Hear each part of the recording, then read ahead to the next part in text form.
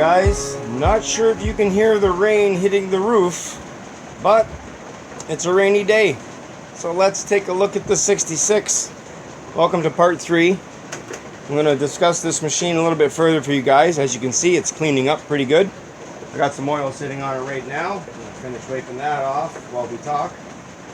So, as I was cleaning this machine, I haven't taken anything apart yet. I like to just go over the paint with some oil and get it all cleaned up first before I start working on it, just so I'm not getting all that old gook and grime on my hands. I'm not sure if you guys have ever picked up a machine and found that it's from a smoker's house. No offense to smokers, but if you ever have a machine that's from a smoker's house, you can smell it. And when you start working on it, you start to smell it on your hands and stuff. And I like to just get the machines a good cleaning over the surface quickly with some oil. It's also good for the old clear coat to hit it with the sewing machine oil. It rejuvenates that clear coat. Look at the paper towel. I've already cleaned this machine probably 12, 13 times, as you can see. We can finally see that red eye there. What do you think of that? I'll show you some pictures of that close up. That looks really nice. That's coming up really good. I'm happy with that. So, but anyways, thought I'd make a part 3 and discuss things that need to be worked on this machine. I haven't gone over anything yet, 100%, and I already have found the bobbin winder has an issue. So let me get the camera set up here, get my hands clean, and I'll show you some issues I found with this 66. So this is a reason why I don't turn these machines over right away, guys, when I get them. I hate when I go to people's house and they're like, oh, look, it works. And I'm like, ooh, don't do that, please. Even this is an old machine. This is 1919, okay? And it's been sitting for the last 5 years. And I can see evidence of damage on this machine from the outside without even pulling anything off yet. So I don't like seeing people run machines when there's evidence of work needing to be done, okay? So give me a second here to set up, guys, and I'm going to show you what I'm talking about. Okay, guys, so the bobbin winder, you see the problem? The spring is either broken, not there, or not put in properly. All right, that is not working. That should automatically always stay this far over. It should be spring loaded this direction, so it's always pushed to this direction. So when I do this, it should automatically spring back, so that this part here is riding on the cam that's on the back side of this wheel. Okay, on the back side of this wheel, this has a cam, very much like the bobbin winders on the vibrating shuttle machines that have that heart-shaped cam on the front. Well, it's on the back of this wheel. Okay, guys, so we can see that bobbin winder has an issue. I've cleaned up the knob. That's come up nice, eh? Look at that. That's looking good. I haven't polished this up yet. You can still see some grime in there. I'll get to that. But yeah, it's starting to look really good. Okay, let me get over to the faceplate because we have a serious issue there.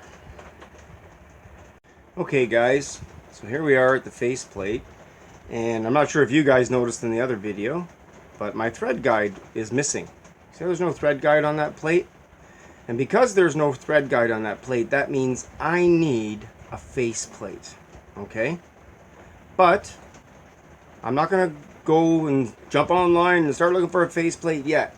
I can see that there is a scratch coming down the face of this faceplate right here, which is telling me something came and hit this. And if I'm lucky, that thread guide might be inside of here still, okay? Because this is just riveted on. That little thread guide is just riveted on this plate. I have not opened this yet. I noticed this. I noticed the damage. So I'm keeping my fingers crossed that the thread guide is in there, because if the thread guide is in there, there's a very good chance I can fix this faceplate. Okay, guys? If not, I'm going to need to order one. So you're going with me inside of here for the first look. All right, guys? Pulling this screw off right now. I have not looked inside of this. I haven't taken any covers off of this machine. Haven't taken anything off. I've just given it a cleaning. You guys have been with me since the beginning on this video, or this machine. So here we go. Faceplate's coming off. Let's see what kind of mess we got in here. Alright. So first off, You can see the rivet is still there. The thread guide has been popped off of the rivet. So I'm okay with that, because if it's here, we can put it back on. Let's take a look now. Oh, look at that. Look at that. Sitting right there. There it is, guys. There is the thread guide. Okay? So you see why I say don't run your machines? Don't run your machines. And you see there's evidence of stuff broken on there. You don't want to be running that little piece. If that got up inside of anything, between needle bar or anything else, that can cause further damage. Besides breaking this part, this is still in great condition. I have a very sneaky suspicion that I'm going to be able to put this back on and take a punch, and punch over that rivet. And I just dropped it on the floor. Anyways, so there you go. There's, I got it. There's the first issue taken care of. Okay, so now I know I don't need a faceplate. So see why I didn't say I'm just going to go and start searching for a faceplate? Because I found the thread guide. Now I can fix that faceplate. What else do we got in here? Let's take a look. Remember that screw that I found when I was looking through the drawers? Well, I got to take a look in here and see if all the screws are there, and everything seems to be here. Oh, that's not good. Oh, this screw.